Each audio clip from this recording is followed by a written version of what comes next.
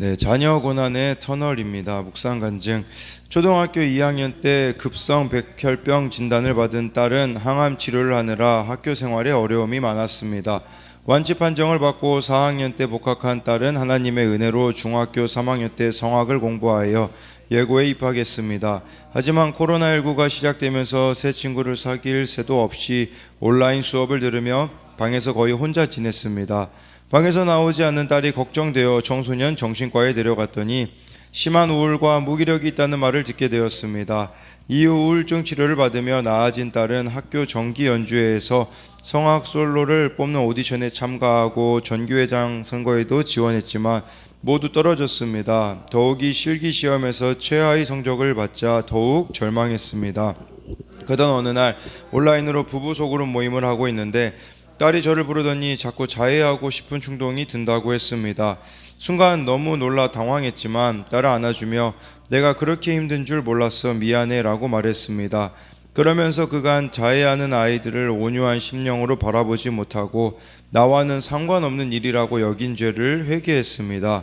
소그룹 모임에서 실시간으로 이 일을 나누니 집사님들이 지난날 방황했던 자신들의 간증을 나눠주며 저를 안심시켰고 한 집사님은 딸에게 정성스러운 편지와 선물까지 보내주셨습니다.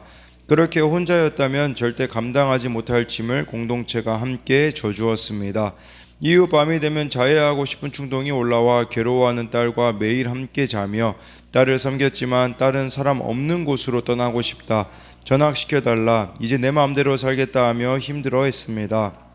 그럴 때마다 딸을 잘 받아내라는 지체들의 권면을 기억하며 딸과 함께 살고자 매일 큐티를 했습니다. 그러던 중 딸에게 은근히 착한 딸이 되어야 한다는 굴레를 씌우고 딸이 세상에서 빛나길 바라는 저의 욕심이 깨달아져 눈물이 터져 나왔습니다. 그렇게 저 스스로를 속이며 육체를 위하여 심은 죄를 회개했더니 얼마 후 딸이 교회 청소년부에 등록했습니다. 그러니 꼭 주님이 낙심하지 말라고 저를 격려해 주시는 것만 같았습니다. 자녀 고난의 터널을 통과한 믿음의 가정들처럼 이제는 저희 가정도 힘든 지체들을 섬길 수 있기를 기도합니다. 적용하기: 딸이 화가 나서 방문을 닫고 있으면 스스로 열고 나올 때까지 기다려 주겠습니다. 진지한 이야기를 하고 싶을 때는 딸이 원하는 대로 SNS로 소통하겠습니다. 네, 여기 묵상 간증 나와 있는 이런 내용처럼요. 정말 이 딸의 문제를 공동체가 이렇게 함께 이렇게 짐을 져줬다라는 것은 사실은 우리의 이런 고민들과 또 이런 연약함들과 이런 것들을 여러분들이 오픈을 해야 우리가 또 함께 짐을 질 수가 있는 것이겠죠. 그래서 이렇게 함께 짐을 져주게 되었고, 또 이분이 깨달은 것은 육체를 위하여 심은 죄를 이렇게 회개했다고 하잖아요. 딸에게 착한 딸이 되어야 된다, 세상에서 빛나길 바라는 욕심이 깨달아져서 회개하자 정말 이 딸이 청소년부에 등록하게 되어지는 이런 일들이 벌어지게 되었다라고 이렇게 고백하고 있는데, 이처럼 회개는 나도 살고 남도 살리게 되어지는 능력이라는 것을 우리가 기억해야 합니다. 오늘은 갈라디아서 6장 1절부터 10절까지의 내용인데요. 여기 이제 1절에 형제들아, 사람이 만일 무슨 범죄한 일이 드러나거든 신령한 너희는 온유한 심령으로 그러한 자를 바로잡고 너 자신을 살펴보아 너도 시험을 받을까 두려워하라. 형제들아 라고 말하고 있는 것은 우리가 이렇게 서로 예수님 안에서 한 형제요 한 자매라는 겁니다. 이건 혈연을 넘어선 예수 그리스도의 십자가 보혈로 하나가 되어진 그런 우리가 하나의 이런 믿음의 공동체를 말하는 것이겠죠. 근데 여기서 신령한 너희는 그러는데 세번역 성경으로 보면요, 이 부분은 성령의 인도하심을 따라 사는 사람은 이라고 이렇게 번역을 해놨어요. 그러니까 우리가 성령을 인도하심을 여러분들이 따라서 살아간다면 누군가가 이 공동체에서 죄를 지었을 때 있잖아요, 온유한 심령으로 그런 자를 바로 잡으라고 이렇게 말씀해주고 있습니다. 그러니까 여기서 먼저, 그리고 또 한 가지 이렇게 온유한 심령으로 바로잡기 위해서 필요한 것은 너 자신을 살펴보라고 하잖아요. 그러니까 하나님 앞에서 내 죄를 보는 사람만이 온유한 심령으로 누군가를 바로 잡아줄 수 있다라는 겁니다. 그러니까 나도 여전히 죄 가운데 있는 부족하고 연약한 사람임을 인정하고 온유한 심령으로 잘못된 것을 말해줘야 된다라고 말씀해 주고 있어요. 왜냐하면 이 교회 공동체는 병든 공동체가 되지 말아야 되기 때문에 정말 범죄한 자들이 있다면 바로 잡아줘야 되는 거죠. 그러나 교만한 마음으로 남의 죄를 지적하기만 하는 것은 스스로 속이는 겁니다. 그렇기 때문에 여러분들이 말씀 안에서 자신을 먼저 살피고 내 죄를 보는 사람만이 다른 사람의 연약함도 살필 수가 있어요. 여기서 이 바로잡고라는 그 단어가요, 역할을 잘하도록 돕다, 목적을 위해 준비하다, 질서를 세우다라는 뜻이 있어요. 그러니까 잘못에서 돌이키게 하는 것을 넘어 온전하고 거룩한 삶을 영위하도록 도와주라는 겁니다. 그러니까 부족한 부분을 온전하게 하여 성도의 자리를 회복하게 하는 일을 함께 해야 되는 겁니다. 그래서요, 이 앞에 말씀하고 연결해 보자면 육체의 일과 성령의 열매가 나오지 않았습니까? 네, 그 육체의 일은 공동체를 깨뜨리는 거예요, 쉽게 말하면. 근데 성령의 열매는 공동체를 회복시키고 연합하고 살리는 겁니다. 그러니까 신앙이라는 게 이 성령 충만도요, 독불장군이 아니에요. 공동체적으로 이루어지는 그런 부분들이 있어야 한다라는 것이죠. 흔히 그런 말이 있죠. 죄는 미워하되 사람은 미워하지 말라. 이제 그런 말씀이 있는데, 말씀이라기보다는 그런 말이 있는데, 그것은 사실 내 죄를 보는 사람에게만 가능한 말이라는 것을 기억해야 합니다. 그래서요, 여기 적용 질문으로 나는 범죄한 일이 드러난 사람을 볼 때 어떤 태도를 취하나요? 내가 판단하며 정죄하는 사람은 누구인가요? 그 사람에게 온유한 심령으로 권면하고자 먼저 보아야 할 나의 죄는 무엇인가요? 라고 이렇게 말씀해 주고 있습니다. 네, 그러면서 여기 2절에 너희가 짐을 서로 지라 그리하여 그리스도의 법을 성취하라. 여기서 말하는 짐은요, 짐이라는 단어가 제가 보니까 혼자 질 수 없는 무거운 짐이란 뜻이 있어요. 이제 그 뒤에 구절에 보면 각각 져야 되는 짐이 있기도 해요. 근데 여기서 말하는 짐은 인간의 연약함 때문에 발생할 수밖에 없는 여러 가지 감당하기 어려운 짐입니다. 그래서 성령이 인도하시는 공동체는 반드시 이러한 짐을 서로 져야 된다라는 것이겠죠. 그렇게 함으로써 그리스도의 법을 성취하라고 하였는데, 여기서 말하는 그리스도의 법은 뭐냐면요, 예수님이 제자들에게 세 계명을 준다고 했거든요. 요한복음 13장 34절, 세 계명은 내가 너희를 사랑한 것 같이 너희도 서로 사랑하라. 이게 세 계명이거든요.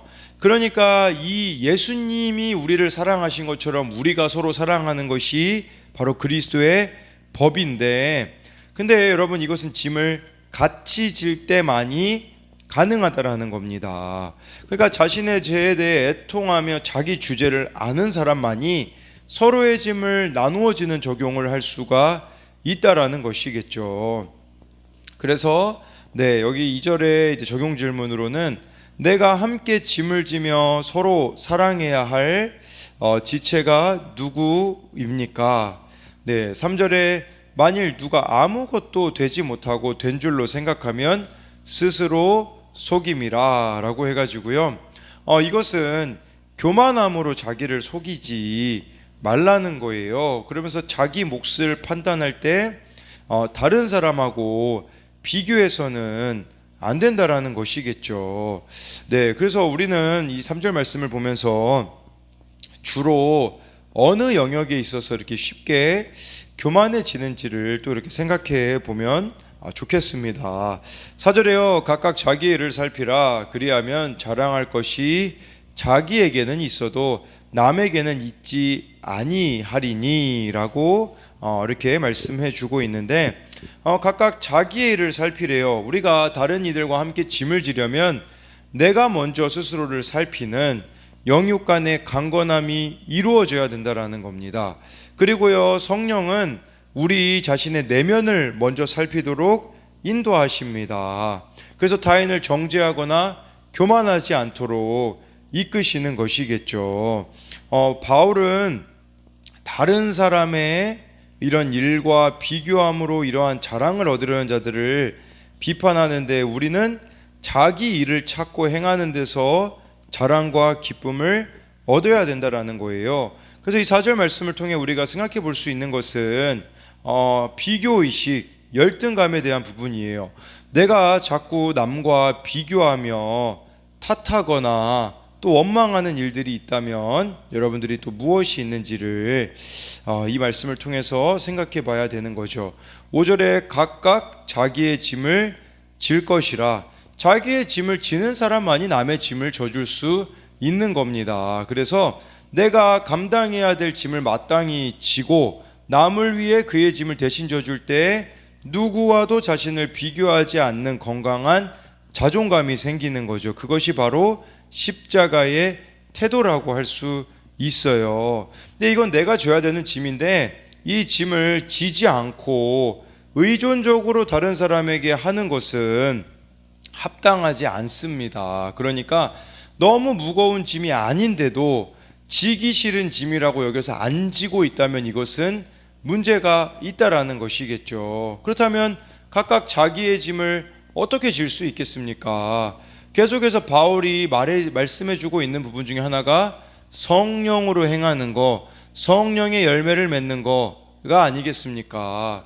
그러니까 우리가 이 짐을 지기 위하여서는 결국은 하나님과의 교제 가운데 나아가야 함이 필요하다라는 사실입니다. 그래서 내가 오늘 져야 될 짐, 또 내가 오늘 이렇게 주님과 매일 여러분들이 하나님과 교제하고 있는지 이것을 5절 말씀을 통해서 살펴봐야 하며, 6절에 가르침을 받는 자는 말씀을 가르치는 자와 함께 자와 모든 좋은 것을 함께 하라라고 이렇게 말씀해 주고 있습니다.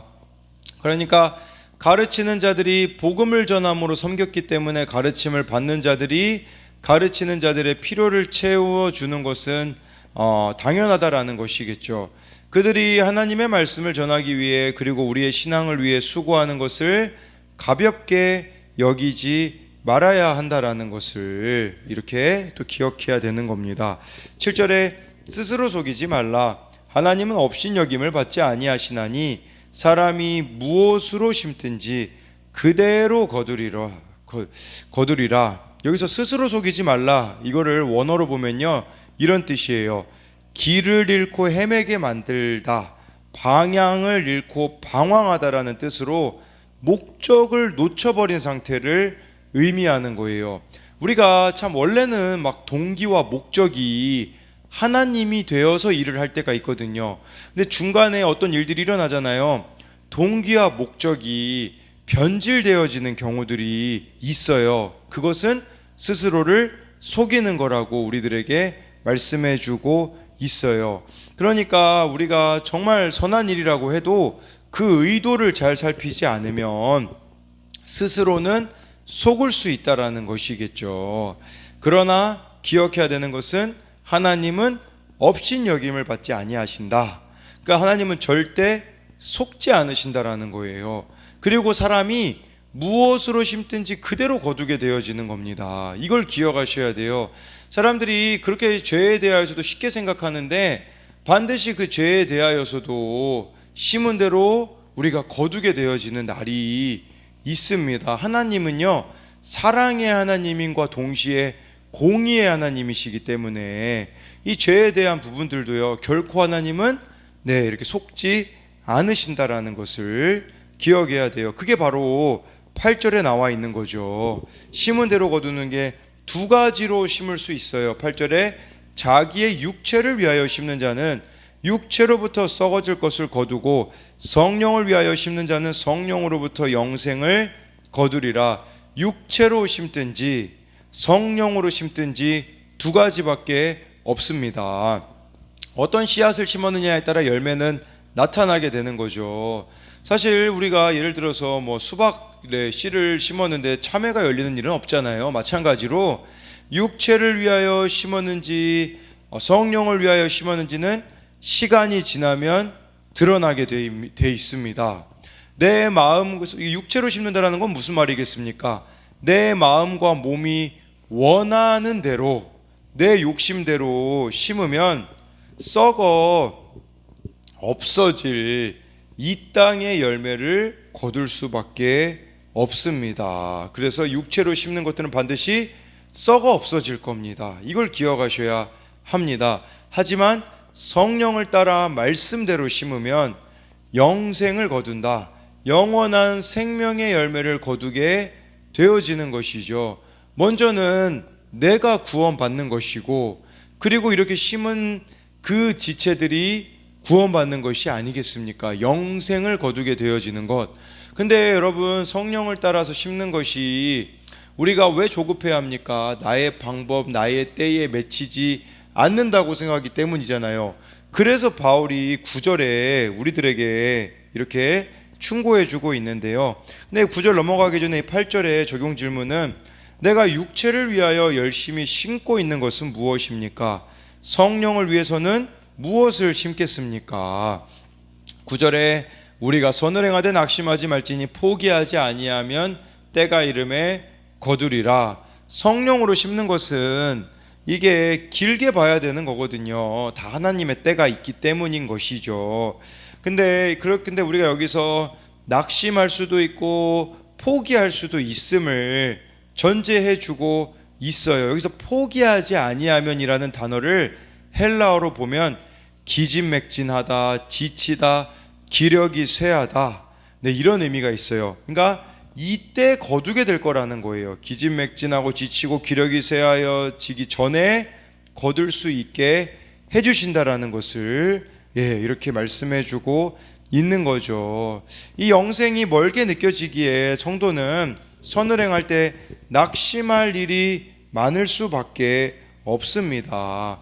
근데요, 여러분, 이것은 사실은 이 고민들은 사실은 이거는 또 건강한 고민이라고 할 수가 있겠죠. 우리가 여기 하나님의 일, 성령을 행함으로써 이렇게 주어지는 이런 낙심과 이런 것들이라면 이것은 좋은 의미이겠지만, 그냥 육체의 일을 따라 세상 것에 이렇게 낙심하고 세상 일에 대하여서만 이렇게 집중되어서 살아간다면 그것은 하나님과 정말 또 관계가 없는 일일 수 있다라는 것이겠죠. 그러니까 나의 때와 하나님의 때, 나의 방법과 하나님의 방법이 다름을 알고 신실하신 하나님을 여러분들이 신뢰하라는 겁니다. 그래서 이 9절의 적용 질문은 말씀대로 적용해도 눈에 보이는 결과가 없어서 낙심한 적이 있나요?